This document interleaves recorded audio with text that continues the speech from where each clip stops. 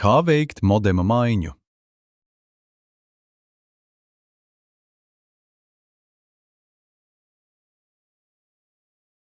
Modema maiņu veicam tad, kad pārstāj darboties internets, interaktīvā televīzija vai balss pakalpojums. Uz modema mirgos PON lampiņa. Pirms sākam atvienot kabeļus, iesakām nofotografēt vecā modema kabeļu secību, lai pēc tam būtu paraugs. Atvienojam modemu no elektrības rozetes, un tad sākam atvienot arī pārējos kabeļus.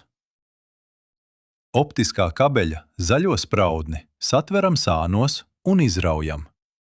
Interneta kabeļa spraudnim nospiežam fiksātoru un izraujam. Uzstādām jauno modemu. Optikas kabeli, kura uzgals ir zaļā krāsā, pievieno optikas modema zaļajai ligzdei, no kuras pirms izmantošanas jāizņem melnais aizsargvāciņš.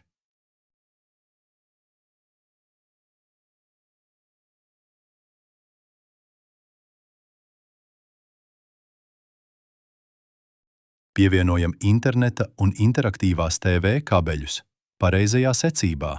Var aplūkot pirms darbiem uzņemto fotogrāfiju. 1. un 4. ports ir internetam. 2. un 3. ports ir interaktīvās televīzijas dekoderim.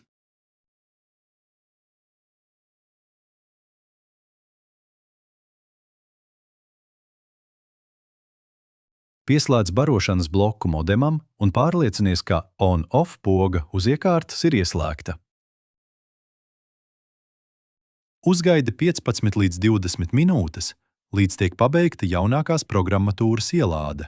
Modems būs darba kārtībā, kad priekšējā panelī iedegsies lampiņa – internet. Lai pieslēgtos ar telefonu vai datoru pie bezvada interneta, atrodi Wi-Fi tīkla nosaukumu un paroli, kas norādītu uz modema apakšas. Zini, ka mēs vienmēr esam šeit, lai palīdzētu. Ja kaut kas neizdodas vai radies jautājums, droši zvani mums 67 000 177 vai 177.